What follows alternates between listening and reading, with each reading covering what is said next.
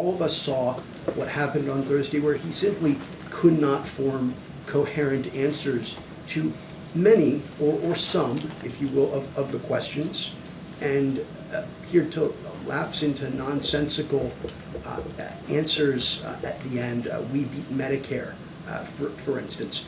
I'm going to ask something delicate, and you may not like it. The president may not like to hear it if he's watching, but I think the American people need to get a yes or no answer on this.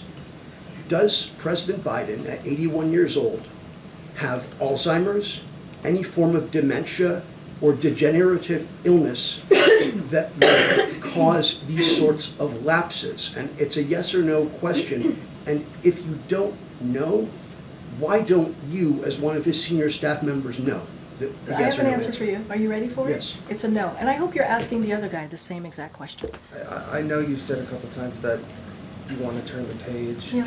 The issue, I think, the core issue here is that you can't turn the page on age. Yeah. Aging decline is a one-way street. Well, So right. at the end of the day, Right. if these are the questions you're getting now, what are the questions you're going to be getting in 2 years or 3 years? I have thoughts about 2 or 3 years from now, but look, How can you or anyone say that you have confidence that he can be in this job at that time?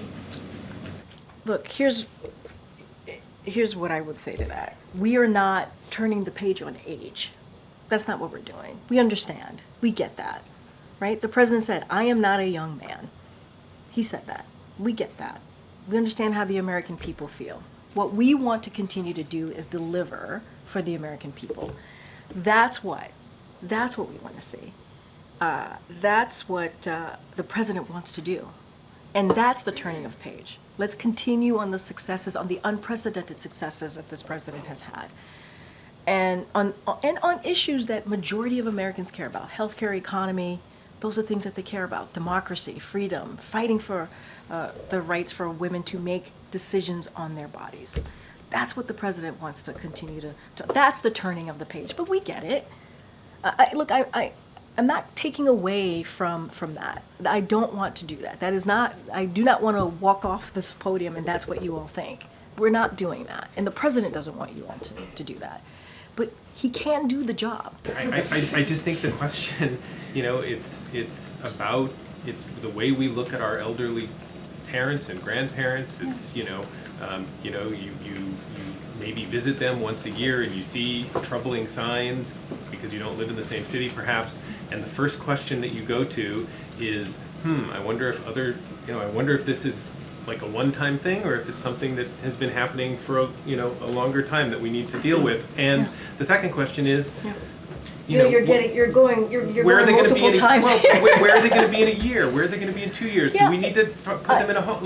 All of the questions that go through that, and this is sort of the American people's version of that. I hear, and I hear you, and that's what I'm saying. Look, this is why the president goes through, medical examinations, right? And we release those medical examinations, right? We've done that the past couple of years. We're going to continue to do that. This is why we're going to go out there and continue to be out there and do interviews and talk to the American people. And at the end of the day, I got to be careful, right? Because we are in a campaign season. But the American people will see for themselves, right? And I just want to be super, super careful. But look, this is a president that has worked incredibly hard for the American people. And he, not just as president, as vice president, as a senator. And he is committed. And we cannot take away from the fact of his 3.5 years of leadership, what that has been able to do, what he's been able to get done. And that doesn't come from, that doesn't come easily. And he did it in historic fashion. He did. And the data proves that. And so, look, he's committed to continuing to make that progress, continue to work, whether it's climate change, whether it's the economy, whether it's healthcare. That is what he is committed to doing. And, he had a bad night. He did.